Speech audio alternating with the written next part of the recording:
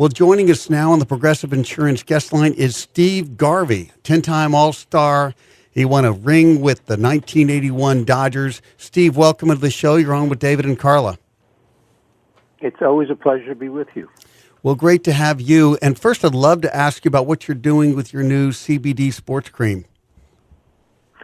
Oh, gosh. At the end of last year, two dear friends of mine who are Forbes 30 top marketing men and another great entrepreneur started talking about what can we do that would make an impact in this consumer goods generation in this country. And we came up with the concept of consumer goods products with CBD infusion.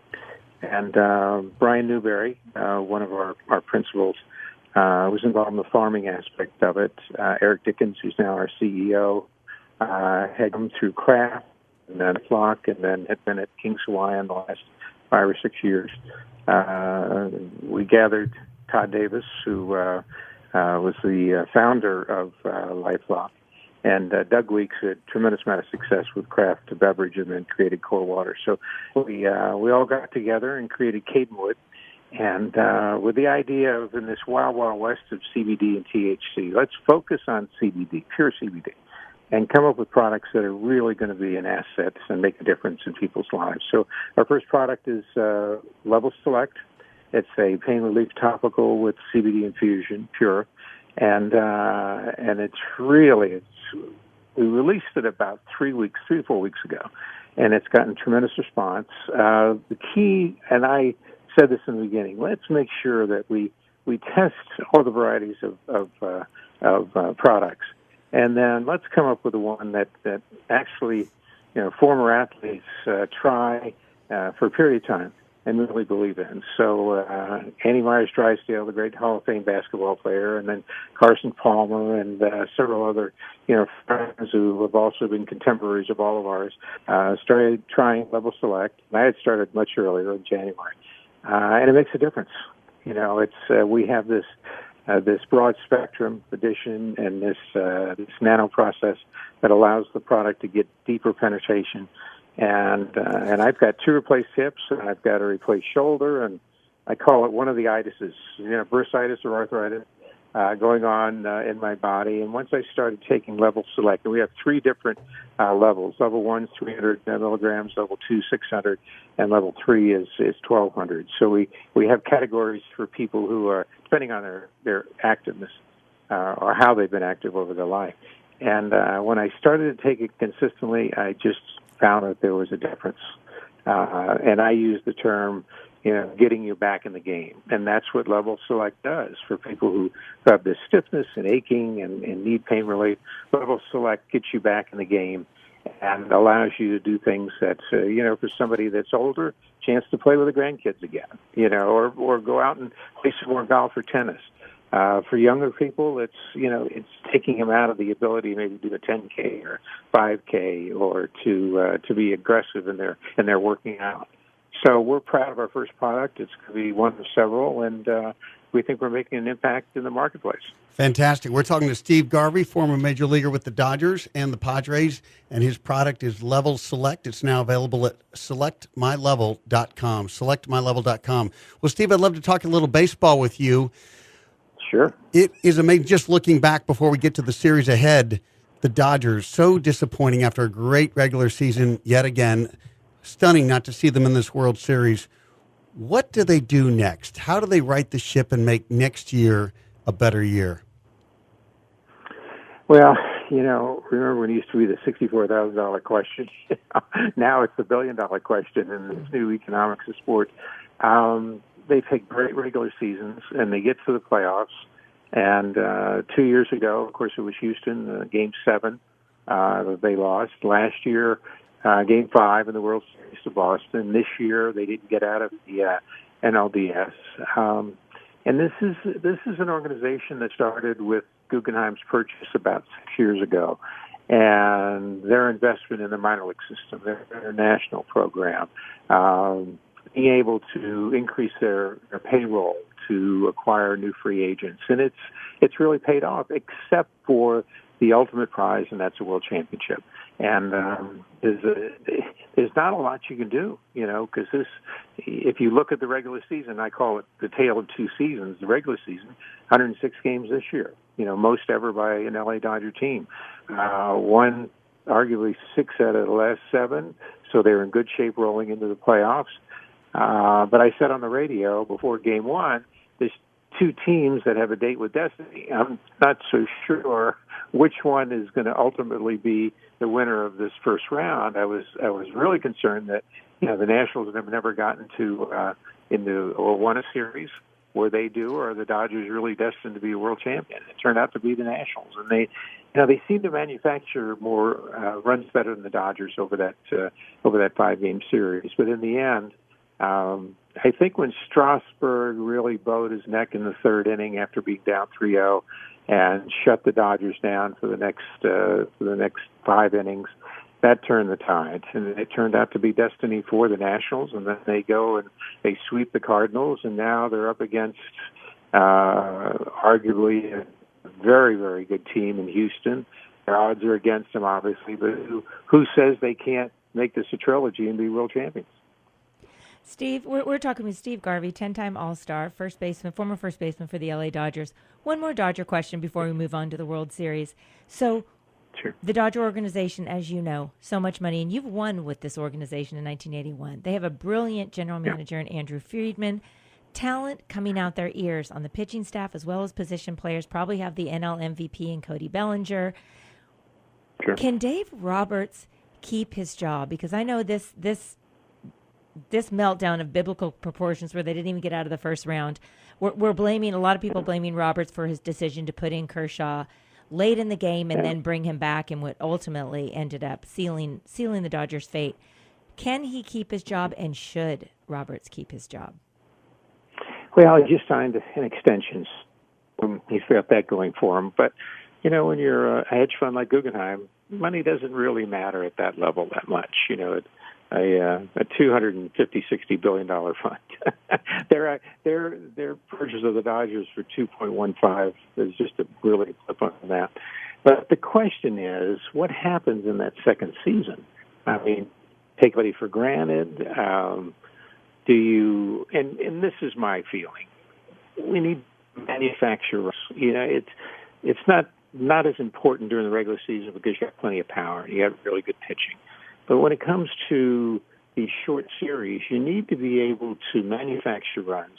Say Game 5 in the NLDS, you're up by 3 runs. Okay, you got to pick up a run in the 4th, or maybe 2 in the 6th. So now you're 5 or 6 runs ahead. So a grand slam doesn't tie you or put you away.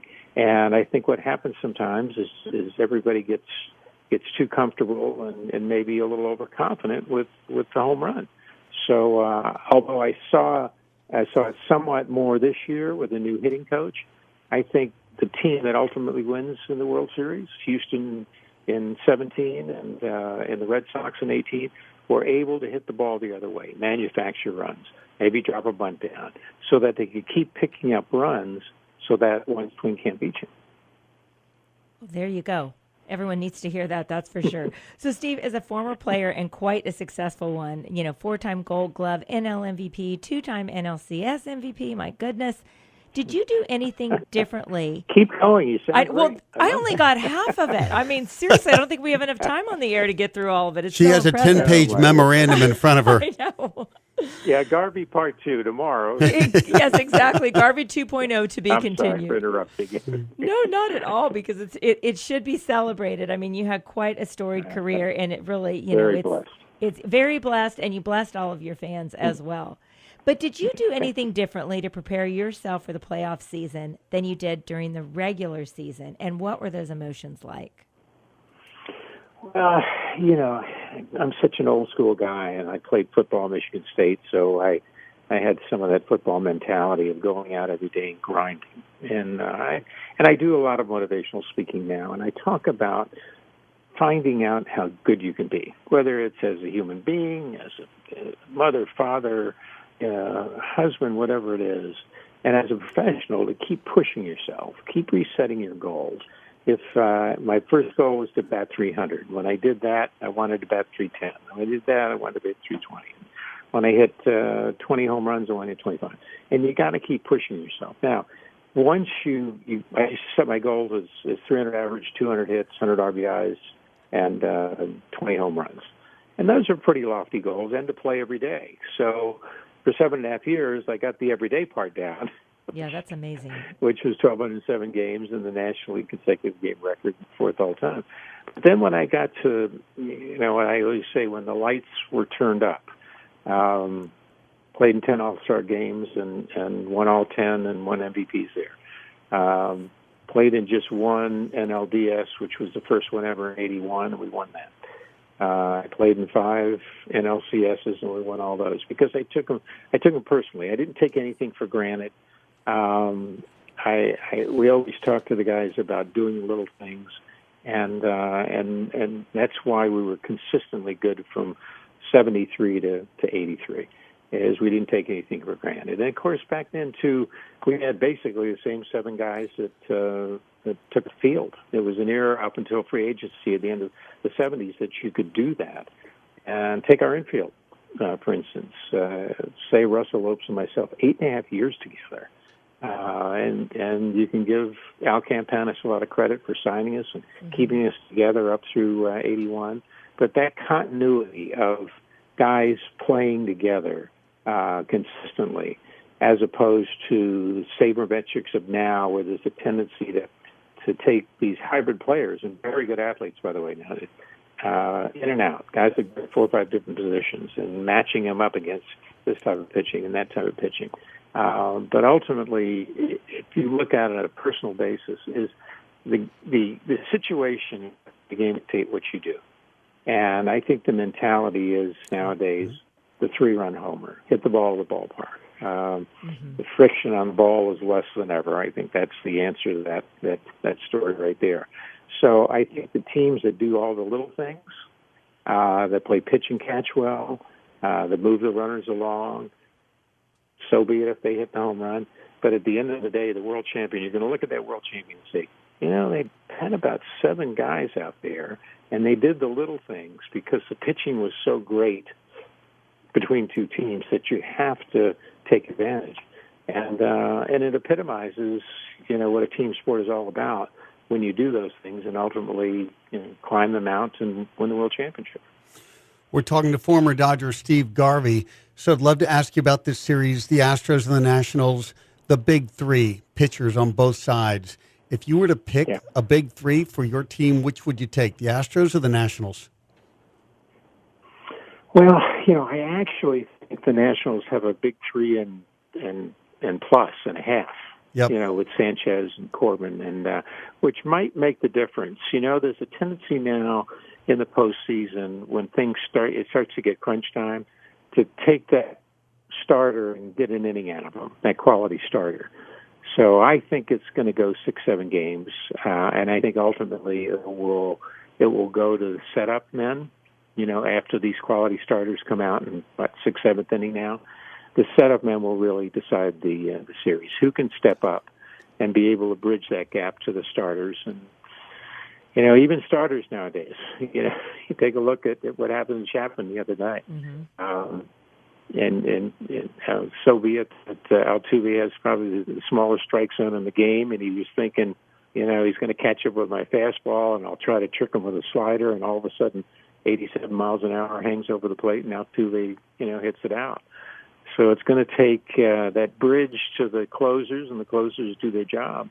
But I don't see any blowouts in this World Series. I see a lot of very good baseball, and ultimately it'll probably be decided on a defensive play and not an offensive play. So that's I'm Steve. on a limb. I'm on a limb now. You're on a limb. That's all right. That way more times than that. Yeah.